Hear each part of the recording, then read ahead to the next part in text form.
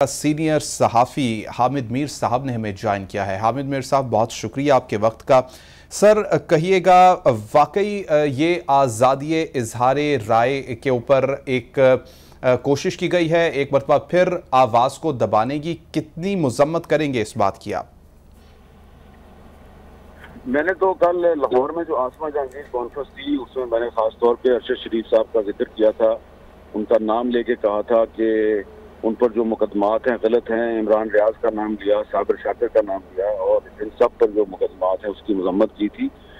और अरशद शरीफ साहब का जो मामला है बहुत ही एक मिस्टीरियस किस्म का मर्डर है। इसकी इन्वेस्टिगेशन होनी चाहिए। और अभी तक जो मुझे इन्फॉर्मेशन मिली है वो सिर्फ मेरी इन्फॉर्मेशन है। वो अरशद शरीफ साहब की जो करीबी दोस्त हैं, उनके फैमिली के सोर्सेज हैं, और जिस चैनल में पहले वो काम करते थे उस चैनल की जो मैनेजमेंट है उसने जो बताया है।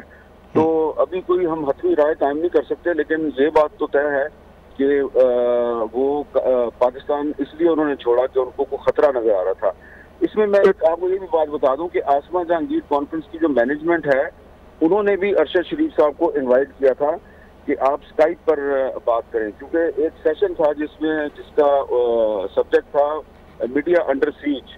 तो उसके लिए मैंने अरशद शरीफ साहब का नंबर उनको दिया, वो उन्होंने उनको मैसेज भेजे, कोई जवाब नहीं आया। फिर हमने जो अरशद शरीफ साहब के बाकी दोस्त हैं उनसे पूछा कि उनका कोई नंबर वगैरह दें, तो उन्होंने भी हमें यही बताया कि अरशद शरीफ साहब जो है वो अपनी लोकेशन डिस्क्लोज नहीं कर रहे और वो बड़े मुहतात हैं। तो इसका मतलब ये है कि उनको कोई खतरा तो महसूस हो रहा था।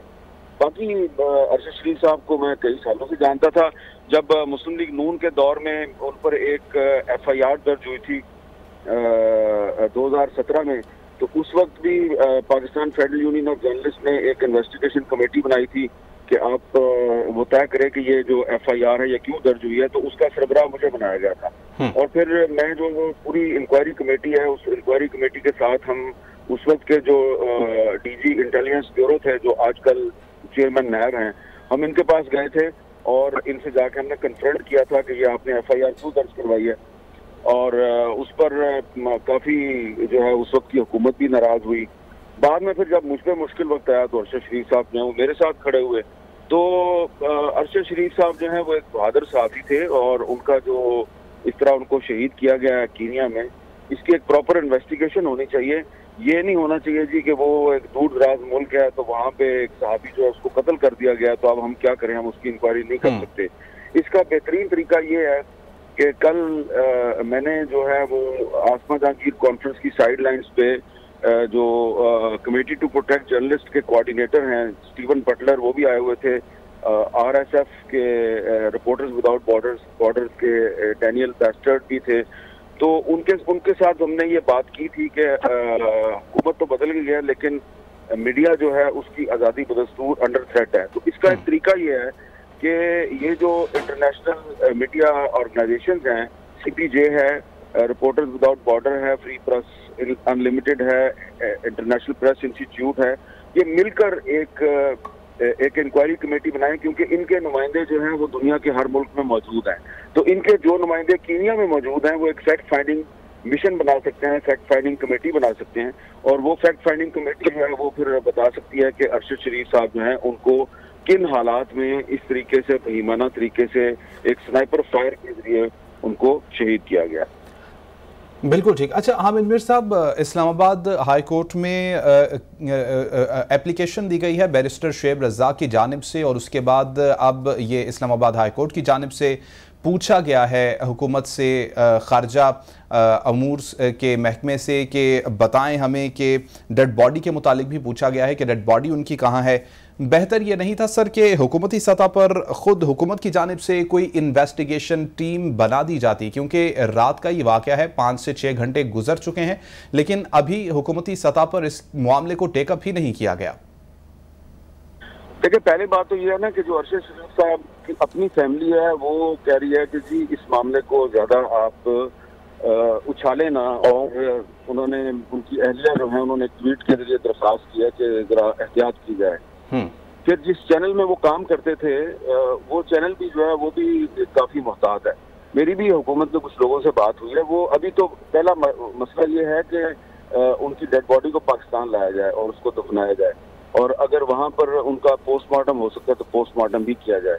अरशद शरीफ साहब के बारे में जो लाहौर हाई कोर्ट में रिट दायर की गई है, तो इस्लामाबाद हाई कोर्ट में जो रिट दायर हुई है, तो chief justice Islamabad high court Athar Minallah साहब को सारा अच्छी तरह पता है कि वो किन हालात का शिकार थे, क्योंकि जब उन पर कुछ महीने पहले एक मुकदमा कायम हुआ था तो रात को 11:30 बजे उन्होंने हेयरिंग रखी थी, और मैं और काशिफ अब्बासी साहब और कुछ दीगर साथी हम भी रात को 11:30 बजे इस्लामाबाद हाई कोर्ट गए थे, और जो अरशद शरीफ साहब के जो वकील थे उन्होंने कोर्ट को बताया था कि ये क्या सूरत हाल है, और फिर उनकी जमानत भी हो गई थी।